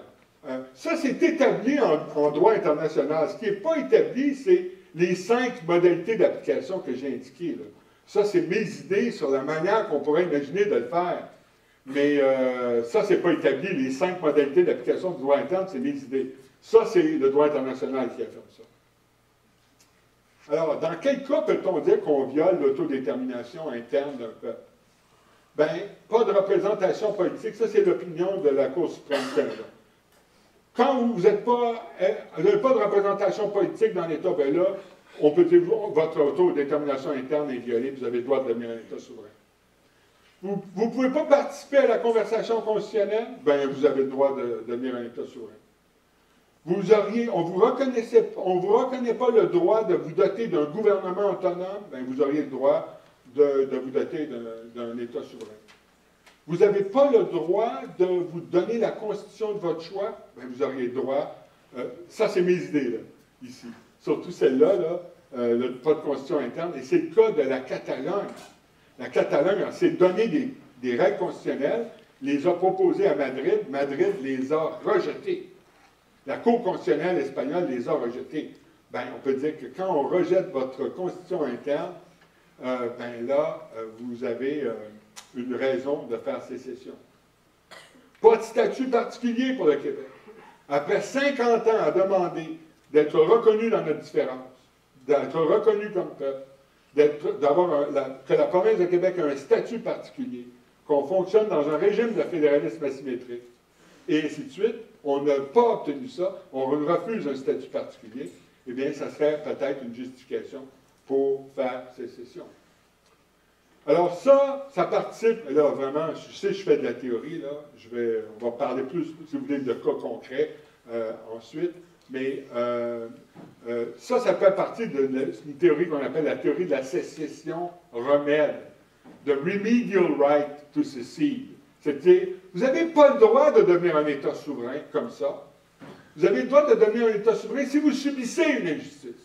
Si on vous a colonisé, si on vous a opprimé, si on vous a empêché d'exercer votre autodétermination interne, dans ce cas-là, vous avez le droit d'être un État souverain. La souveraineté, c'est un remède à une injustice que vous subissez. Donc, c'est la théorie de la sécession romaine. Il n'y a donc pas de droit inhérent ou primaire à faire sécession. On ne peut pas dire, moi je suis un peuple, ben, j'ai le droit alors de faire sécession, j'ai le droit d'avoir mon État. Non, il faut que vous ayez subi une injustice pour que ce soit le remède requis. Donc, la sécession comme un remède et non comme une fin en soi à laquelle tous les peuples auraient le droit. Il n'y a pas non plus un droit, cependant, pour les peuples qui ont déjà leur État. Les peuples qui ont déjà leur État n'ont pas le droit non plus d'avoir nécessairement cet État si ils colonisent, oppriment ou interdisent l'autodétermination interne de leur peuple constitutif. Dans ce cas-là, ils perdent leur droit d'avoir leur État. Donc, même si on impose aux peuples sans État des injustices pour justifier la sécession, ça ne veut pas dire qu'on a un préjugé en faveur des peuples qui sont déjà avec un État souverain. Les peuples qui ont déjà un État souverain peuvent ne pas avoir le droit d'avoir cet État souverain s'ils oppriment, s'ils colonisent ou s'ils empêchent aux peuples qui les constituent de s'autodéterminer à l'interne. Donc, un peuple a le droit de faire sécession seulement s'il est colonisé, s'il subit une oppression politique ou s'il voit son droit à l'autodétermination interne bafoué par l'État englobant. Alors, prenons l'exemple de l'Écosse. S'il s'avérait que le gouvernement de Westminster refuse, pour plusieurs Écossais, voter oui, c'était un moyen pour obtenir plus de pouvoir. Mais supposons que, comme le gouvernement britannique a dit, si vous votez non, on va vous donner plein de pouvoir. Une dévolution massive de pouvoir, puis un pouvoir de taxation. On va vous donner ça. Mais s'ils refusent de remplir leurs promesses, ils refusent de donner au peuple écossais ce que le peuple écossais demande, plus d'autonomie politique et fiscale, bien, ils auront une raison pour faire sécession et pour faire un autre référendum. Et c'est exactement ce qu'Alex Salmond a dit. Vous nous avez promis mer et monde, vous avez dit votez non, parce que si vous votez non, le lendemain, on va vous donner plein de pouvoir à l'Écosse. Bien, est-ce que c'est le cas? Là, on l'attend. Le lendemain est survenu il y a plusieurs jours, et on attend encore, on va voir ce que le Westminster va faire. Mais s'il ne donne pas plus de pouvoir et plus d'autonomie fiscale à l'Écosse, l'Écosse va dire, on va faire un autre référendum, mais ils auront plus que jamais une légitimité à le faire. Le peuple catalan, ils ont formulé des règles constitutionnelles qui leur conviendraient. Ils ont demandé à être reconnus à l'intérieur de l'Espagne comme un peuple. Un peuple avec une autonomie plus grande. Ils demandent au fond un régime presque fédéral. Ils n'ont pas de régime fédéral même là-bas. Et c'est vraiment centralisé à Madrid, les pouvoirs. Alors ils demandaient que leur propre constitution, qu'ils ont approuvée, soit admise par l'État espagnol. Et la Cour constitutionnelle espagnole a refusé cet amendement constitutionnel. Et ça donne une justification pour faire sécession. Ils sont plus de 50% dans les sondages à vouloir voter oui. Il y a un mouvement populaire gigantesque de plus d'1 million de personnes qui peut se mobiliser pour faire la chaîne partout en Catalogne. Moi j'y étais il y a quelques jours, j'étais à Girona, en banlieue de Barcelone, et partout des fenêtres tombait le drapeau catalan autonomiste. On voyait ça partout, c'est assez émouvant. Et donc, la Catalogne a le droit peut-être de faire sécession parce qu'on a refusé son droit de se donner la constitution de son choix. Et dans le cas du Québec, bien, regardez pour le Québec. Moi, je suis désolé, là, je les dis, ah oui, ça c'est un monsieur gentil, il est souriant, c'est un prof de philo, il est venu vous voir, c'est très correct, on s'en fout de toutes ces questions-là, parce qu'on a d'autres préoccupations. Voilà, c'est ça peut-être? Mais quand même, il y a la réalité historique dans laquelle vous êtes. Vous pouvez, si vous voulez, ne pas transiger avec elle, parce qu'il y a 1000 autres sujets d'intérêt beaucoup plus grands. Mais en 1982, là, le Canada là, a imposé un ordre constitutionnel au Québec, en travers la gorge. Il a dit, vous devez vous soumettre à cet ordre constitutionnel. L'Assemblée nationale, presque au grand complet, a dit, nous ne voulons pas de cet ordre constitutionnel. Tu pourrais rentrer pendant des heures à vous discuter pourquoi elle ne voulait pas cet ordre constitutionnel. Mais l'Assemblée fédéraliste ou souverainiste, tout le monde, sauf 400 personnes, étaient tous en train de dire « Nous ne voulons pas de cet ordre constitutionnel ». Et malgré ça, on a imposé cet ordre constitutionnel en 1982. Il n'y a même pas eu de référendum pour faire approuver ce nouvel ordre constitutionnel. Dans ce nouvel ordre constitutionnel, il y a une formule d'amendement qui rend le changement à la Constitution canadienne à peu près impossible. Cette formule d'amendement dit que sur certains sujets, vous pouvez avoir juste un accord bilatéral entre la province et l'État fédéral. Mais sur d'autres sujets, il vous faut l'appui pour que le changement constitutionnel surgisse de 7 provinces représentant 50% et plus de la population. Et sur d'autres sujets encore, il vous faut l'unanimité des provinces. Plusieurs ont dit, voilà un carcan. La Constitution canadienne de 1982 est un carcan. C'est une camisole de force, parce que c'est impossible de la réformer à cause de la formule d'amendement qui est enchâssée dans l'ordre constitutionnel de 82. Le Québec a toujours eu, en vertu d'une convention constitutionnelle, c'est-à-dire une convention non écrite, le Québec disait, moi, je m'oppose à ça. Bien là, le Canada ne le faisait pas. Par exemple, la question de la formule d'amendement à la Constitution, ça a fait l'objet de nombreuses discussions pendant des décennies. Et en 1971, toutes les provinces s'étaient entendues sur une nouvelle formule d'amendement à la Constitution. Et le Québec a dit, oh non, on ne veut pas de cette formule d'amendement-là, on l'accepterait seulement si vous nous donniez plus de pouvoir. Eh bien, la formule d'amendement n'a pas été acceptée. Donc, il y avait dans les mœurs, dans les coutumes, c'est ça une convention constitutionnelle, dans les mœurs, dans les habitudes, il y avait la reconnaissance que le Québec a un droit de veto. Vous ne pouvez pas changer l'ordre constitutionnel sans l'approbation du Québec, qui est un des deux peuples fondateurs. Bien, la Cour suprême, en 82, quand on a dit, écoutez, là, nous, l'Assemblée nationale est au grand complet contre ce nouvel ordre constitutionnel, puis on a un droit de veto, la Cour suprême du Canada a dit, il n'y a pas de droit de veto. Il n'y a pas de convention constitutionnelle en vertu duquel vous avez un droit de veto qui empêche ce nouvel ordre constitutionnel de s'imposer. Alors là, on a dit, bon, mais au moins, on va essayer de réintégrer l'ordre constitutionnel québécois, c'est gentil, hein, c'est presque bonasse parfois. Là. On arrive avec 5 conditions minimales. L'accord du Lac-Meach, 1987. Reconnaître le Québec comme société distincte. Donner un droit de retrait avec compensation financière. Une autonomie en matière d'immigration. Contribuer à la nomination de 3 des 9 juges. Des affaires minimales qui ne changeaient rien dans la vie des Canadiens. Bien, ces 5 conditions minimales ont été interprétés comme requérant l'unanimité de toutes les provinces. Dans un premier temps, tous les premiers ministres en 1987, les 10 premiers ministres provinciaux et le premier ministre fédéral, ils se sont tous entendus pour dire on accepte l'accord du Lac-Meach. Mais en vertu de la formule d'amendement, chaque premier ministre avait 3 ans pour faire approuver par son assemblée législative.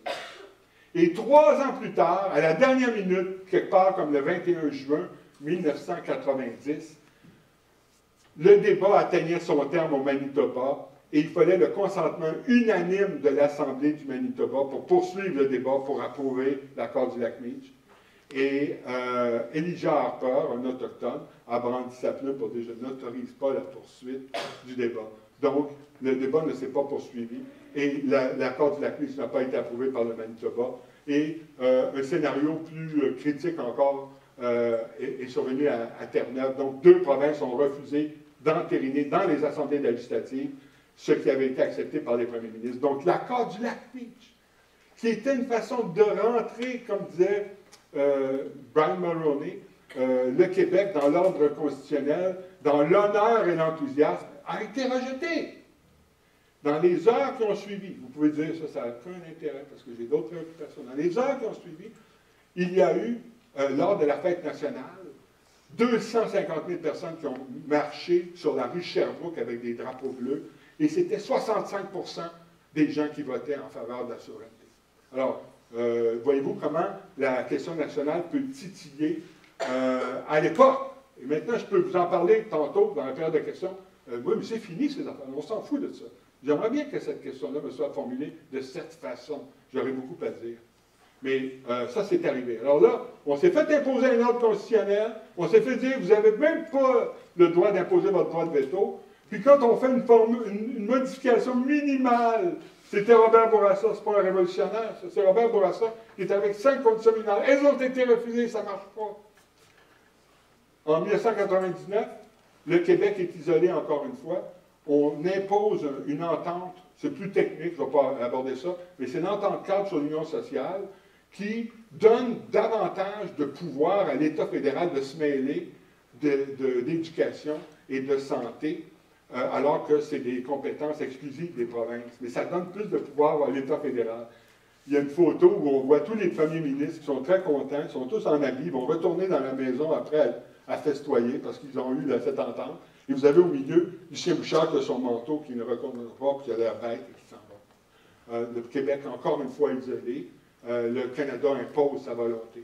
La loi sur la clarté, on dit, c'est nous au Canada qui allons décider si vous avez posé une question claire. C'est nous au Canada qui allons décider si vous avez une majorité suffisante. 50%, c'est peut-être pas assez. Si on discute entre nous, on va devoir discuter des frontières du Québec. On va peut-être devoir les modifier. Ça, c'est dans la loi sur la clarté de 2000. Alors, tous ces éléments ensemble nous permettent de dire, hey, le Québec, peut-tu déterminer son statut politique à l'intérieur du Canada? La question se pose, n'est-ce pas? Elle se posait. Elle ne se pose peut-être plus dans vos esprits, mais elle se posait. Et si elle ne se pose plus dans vos esprits, je peux la réactiver en 2 minutes. Mais je ne vais pas le faire avant la question. Merci beaucoup.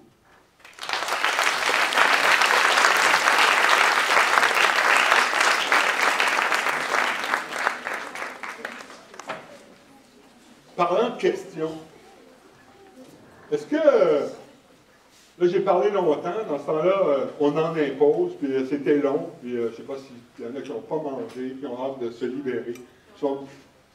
Mais je pense qu'il y aurait matière à au moins soulever quelques questions. Là. Alors, est-ce qu'il y a un courageux ou une courageuse qui veut se mouiller? Allez-y.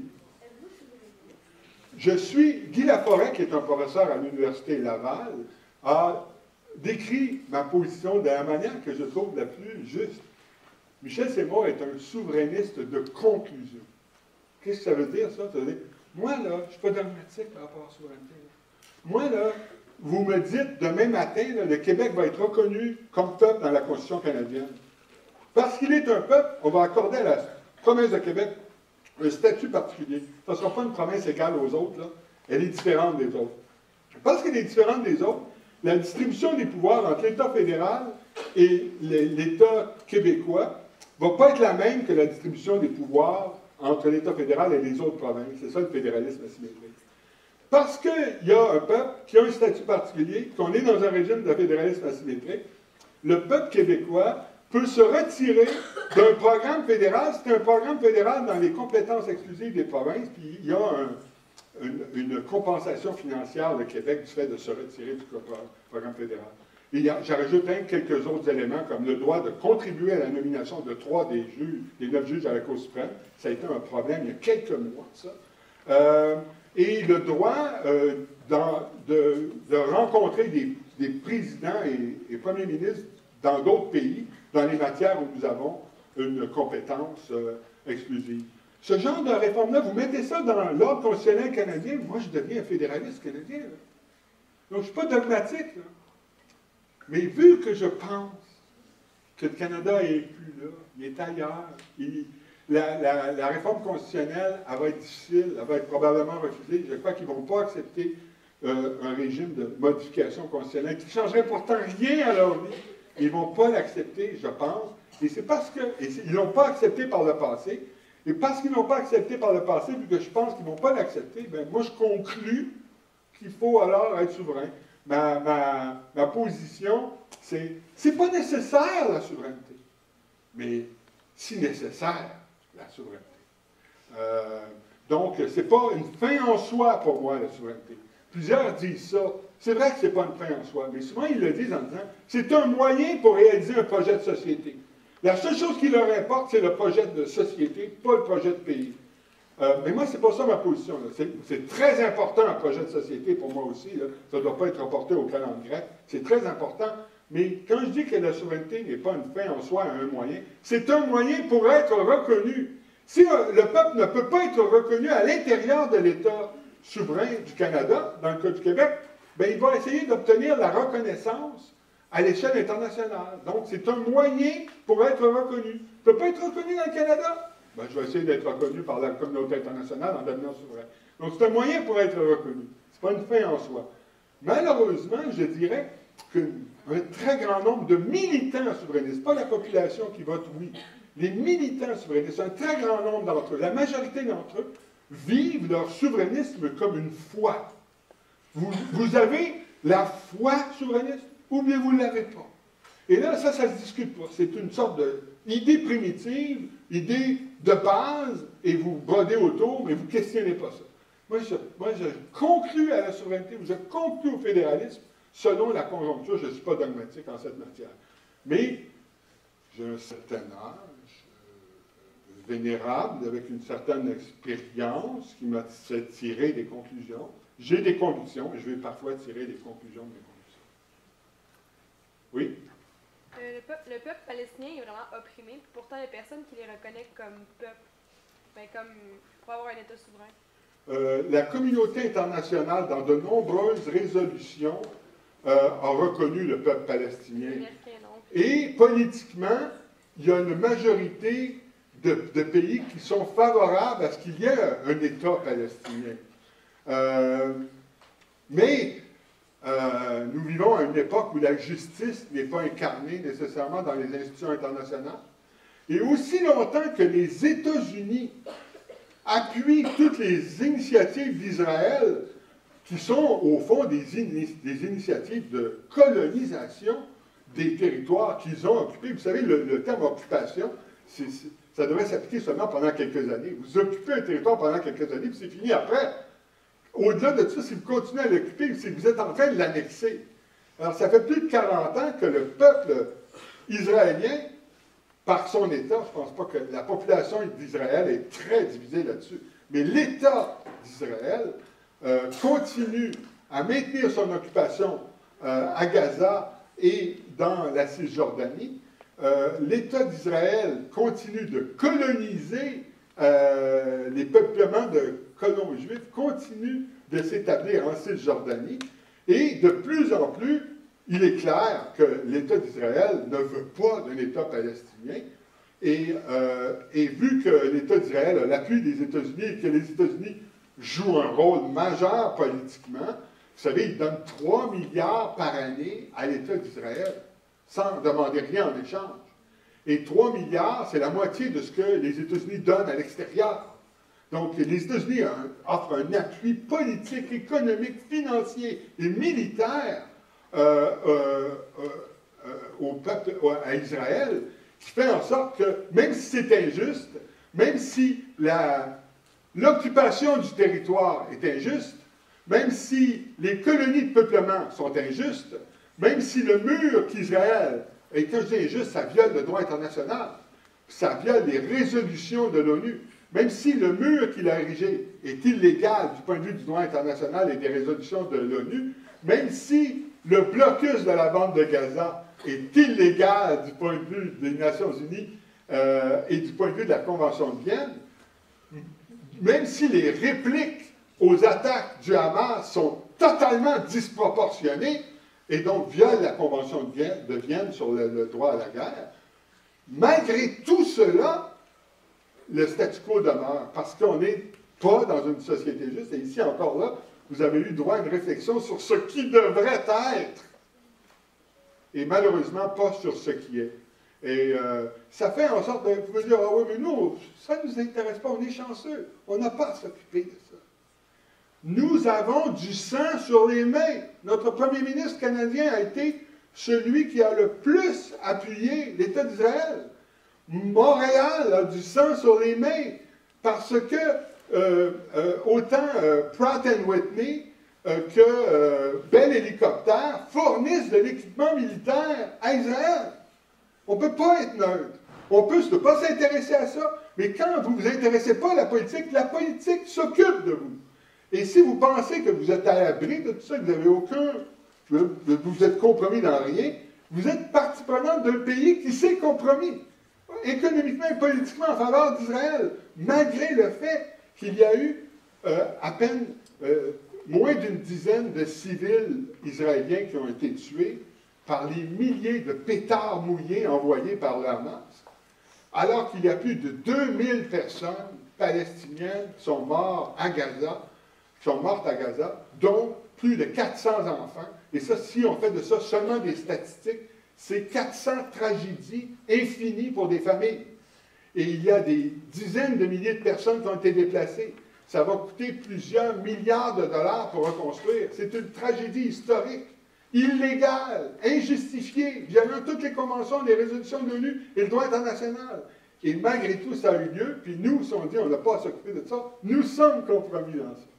Donc, voyez-vous comment on peut se sentir obligé politiquement. Donc, je suis tout à fait d'accord avec ce que vous dites lorsque vous soulignez la tragédie de Gaza et du peuple palestinien.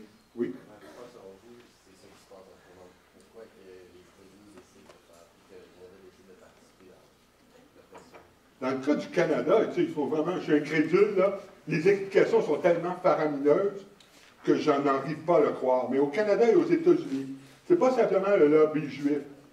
Le lobby juif joue un rôle plus important aux États-Unis qu'au Canada.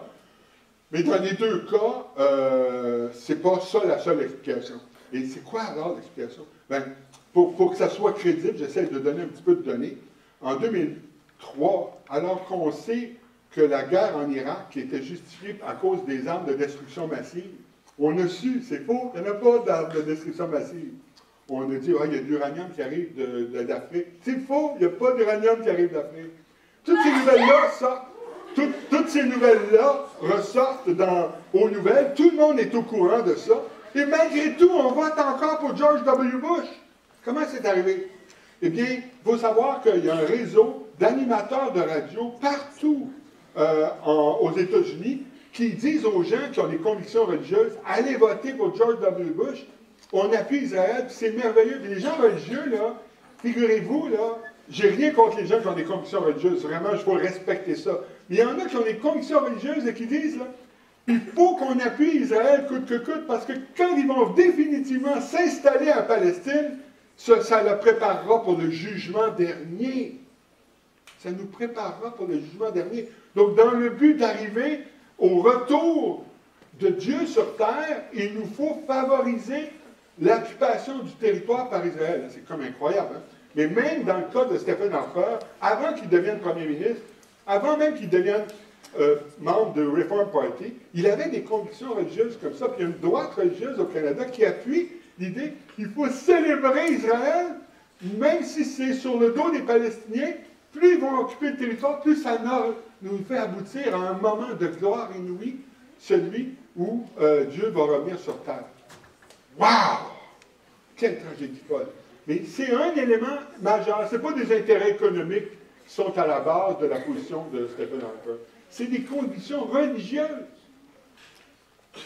Oui. Oh, vous avez posé une question, j'essaie d'aller à... Oui? Pensez-vous que la reconnaissance des peuples dans une société multiethnique, ça détermine, dans le sens, des différences entre les gens qui occupent le territoire? Est-ce que ça peut engendrer une tension? Très bonne question, oui. On pourrait penser ça. Et ça soulève plein de questions. Par exemple, c'est bien beau, on va dire, les peuples autochtones, on va leur donner le gouvernement autonome, on va leur donner leur autonomie. Mais qu'est-ce qui va arriver aux femmes autochtones? Alors, moi je dis, on doit reconnaître le droit à l'autonomie gouvernementale, puis le droit d'avoir son système légal propre, dans la mesure où ça ne viole pas les droits et libertés de personne. Et là, on peut dire, ah oui, mais là, tu es un occidental qui veut imposer les droits, le caractère universel des droits de la personne. Mais je ne sais pas si en tant qu'occidental, je crois fermement à l'importance égale des droits et libertés des individus à côté des droits collectifs. Il faut trouver un équilibre entre les deux. Les droits collectifs qui briment les droits et libertés fondamentaux sont injustifiés. Les droits des individus qui empêcheraient au peuple d'exister et d'avoir son autonomie sont aussi injustifiés. Il faut trouver un équilibre entre les deux. Alors, mais il y a l'autre question aussi. Supposons que moi, je fais partie du peuple québécois. Et d'ailleurs, ça s'est posé à l'occasion du débat autour du lac Meach. Le Québec, qui était gêné de dire de se faire reconnaître comme peuple, il a dit, ben, on va se faire reconnaître comme société distincte. C'est comme, ça, c'est Robert Bourassa. Est-ce que je pourrais être reconnu comme société distincte? Alors, à jouer, à ne pas vouloir faire peur au Canada, peuple, ça fait peur. Alors, on a le petit terme, la petite expression société distincte. ça s'est tourné un peu contre nous parce que c'est quoi ça, cette société distincte? Une société privilégiée. Alors là, vous allez avoir le Québec et les autres provinces. Les autres provinces vont dire, pourquoi, c'est quoi ça, le privilège de la population du Québec? Mais c'est reconnaître le Québec comme peuple. Et là, il n'y a pas de privilège autre que sur... Tu sais, est-ce qu'il y a un privilège de l'État fédéral, de l'État canadien par rapport à l'État américain? Ils ont chacun leur État. C'est une forme de reconnaissance internationale dans ce cas-là. Chacun a leur État. Est-ce que c'est injuste? Chacun a leur État. Ça crée des inégalités. Dans l'espoir où tout le monde respecterait les droits et libertés individuelles, ça ne créerait pas des inégalités. Et ça ne crée pas des inégalités. On ne trouve pas que même si c'est 200 États, donc 200 reconnaissances d'États souverains, on ne dit pas, oh là là, il faut reculer, il faut arrêter de reconnaître les États souverains parce que ce n'est pas la même chose d'un État à l'autre. On accepte ça, on accepte les différences nationales, alors il faut accepter ça aussi à l'intérieur d'un pays. Il faut le gouvernement autonome. Tu sais, en ce moment, les Nisga'a ont leur gouvernement autonome. Le Nunavut a son gouvernement autonome. Le Québec a un gouvernement autonome, mais laminé de plus en plus par un État fédéral de plus en plus centralisateur. Alors, c'est insatisfaisant. Il n'a pas son statut particulier encore. Il n'est pas content. Mais on a déjà des différences reconnues dans le Canada. La minorité anglo-québécoise est reconnue. La minorité franco-canadienne hors Québec est reconnue. Les minorités issues de l'immigration sont reconnues à l'article 27 de la Constitution canadienne. Parce que c'est le principe du multiculturalisme qui est affirmé à l'article 27.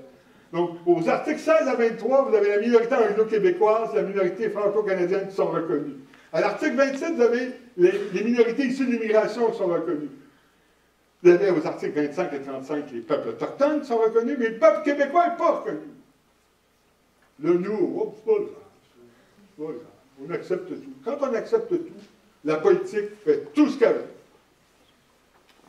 Juste une seconde, je vais prendre une autre question qui est à l'arrière. Moi, je me demandais qu'est-ce que vous pensez des gens qui accusent le multiculturalisme d'empêcher la souveraineté au Québec?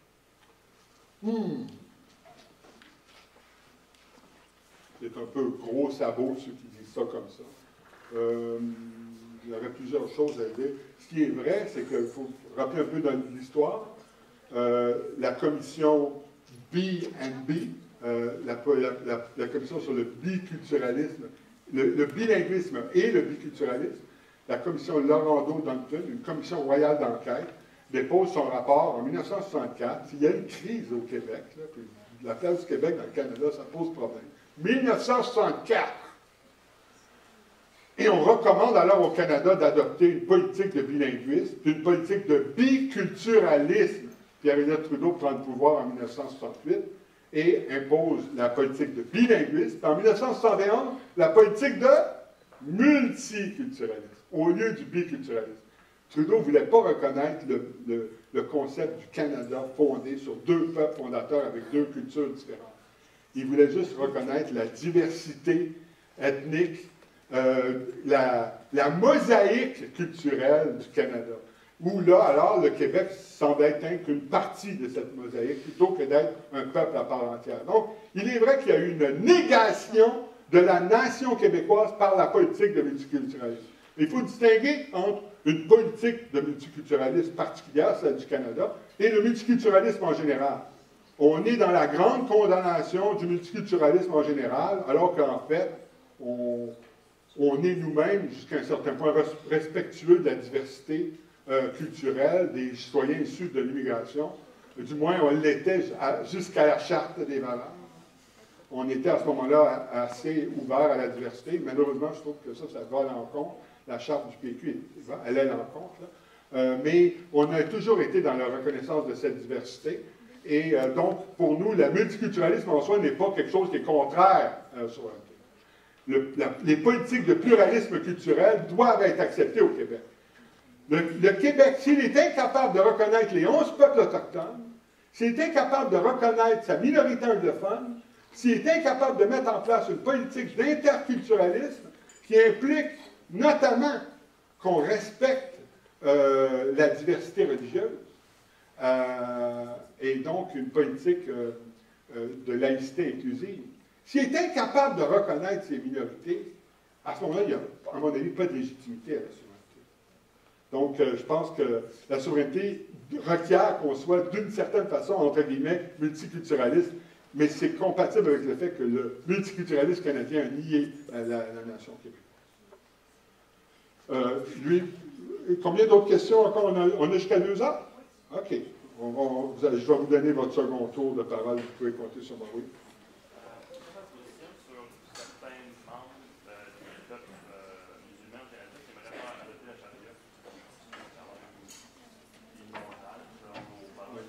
Oui.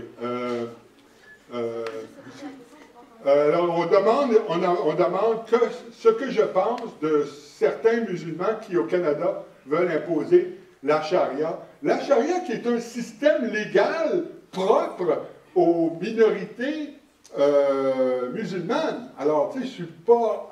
J'ai dit tantôt qu'il faut leur donner des fois un système légal en propre, mais est-ce que... ça, c'est pour les peuples surtout.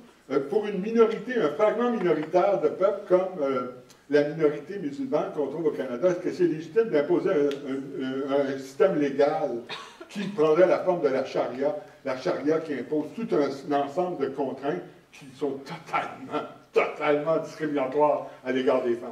Mais j'ai bien dit, tantôt, je l'ai répété à l'instant, que les peuples peuvent avoir leur propre constitution. C'est correct s'ils l'ont, mais pas au point de violer les droits et libertés fondamentaux. Donc, pour moi, la charia, c'est compliqué parce qu'il y a 7 sortes de charia. En gros, là, la charia, c'est la plupart du temps quelque chose qui va à l'encontre du droit fondamental des femmes. Et en ce sens-là, là, on ne peut pas accepter un système légal comme ça. Mais vous avez raison de dire certains musulmans. Ce qui se passe depuis 2001 et depuis une politique d'immigration au Québec notamment, mais pas seulement au Québec, un peu partout à travers le monde, une immigration musulmane assez marquée. Et le fait que les femmes de la communauté musulmane, en assez grand nombre, pas toutes, mais plusieurs, portent des signes ostentatoires religieux comme un voile.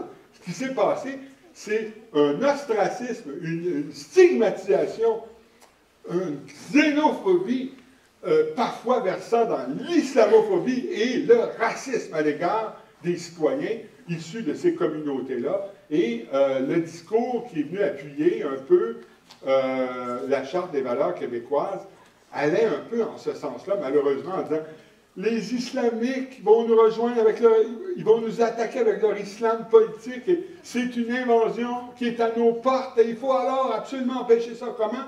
En leur interdisant de porter le voile dans les officines de la fonction publique. On se demande le lien. On enlève le voile à toutes ces femmes-là. Oups! L'islamisme radical va disparaître? Bien sûr que non. Non seulement il ne va pas disparaître, il n'est pas là. C'est une menace qui est malheureusement une tentative d'entretenir des visions mythiques de l'autre. L'autre qui est l'étranger qui va nous envahir. Dans mon très jeune temps, c'était le péril jaune. Les Chinois allaient nous envahir, tu comprends?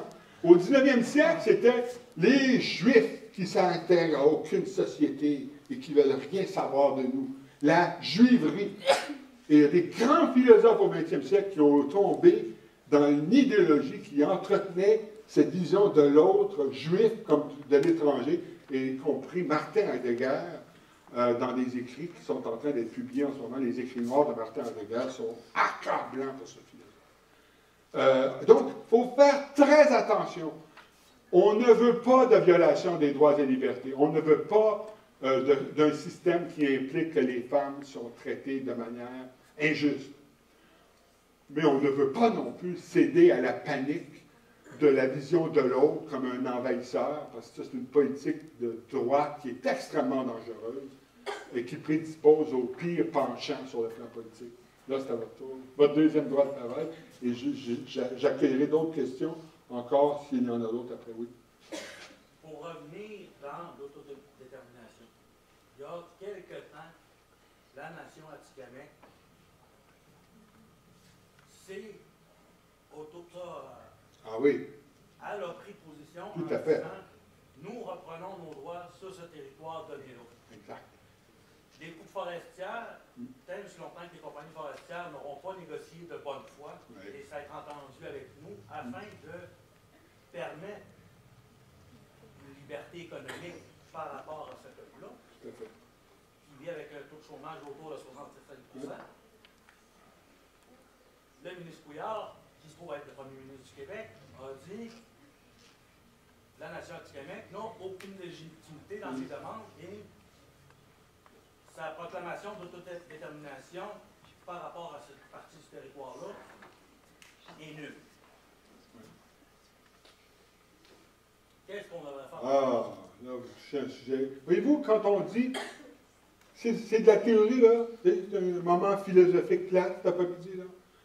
Une population autochtone, Atikamekw, sur le territoire du Québec, est traitée comme du poisson pourri, parce qu'on se fout de ces questions-là. Alors, là, je m'énerve, je m'emballe, mais c'est rien. Si ça durait une autre demi-heure, je ne jure de rien. C'est extrêmement grave de ne pas s'intéresser aux réclamations des peuples. Et nous, au Québec, on a la même responsabilité. Là, en ce moment, il faut dire, l'État qui est fiduciaire des peuples autochtones, c'est l'État fédéral. C'est vrai que depuis 1971, quand il y a des négociations, c'est l'État fédéral, le peuple autochtone et le peuple provincial qui s'en mêlent.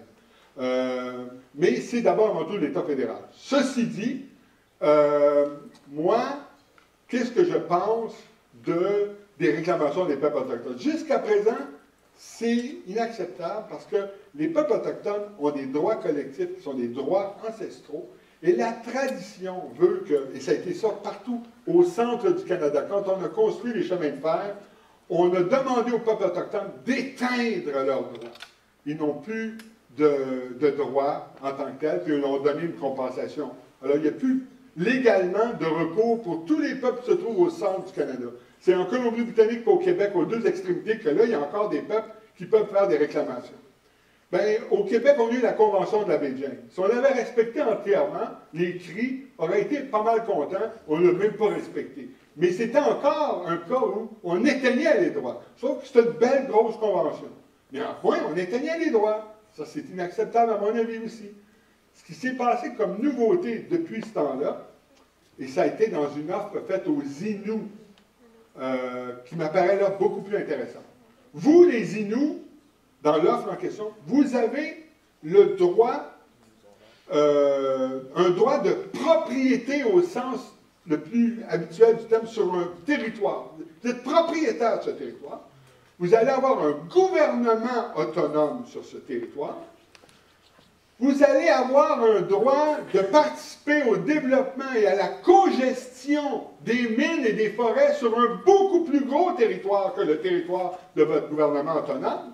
Puis vous allez aussi, sur ce territoire-là, avoir un droit de chasse et de pêche à des fins de subsistance.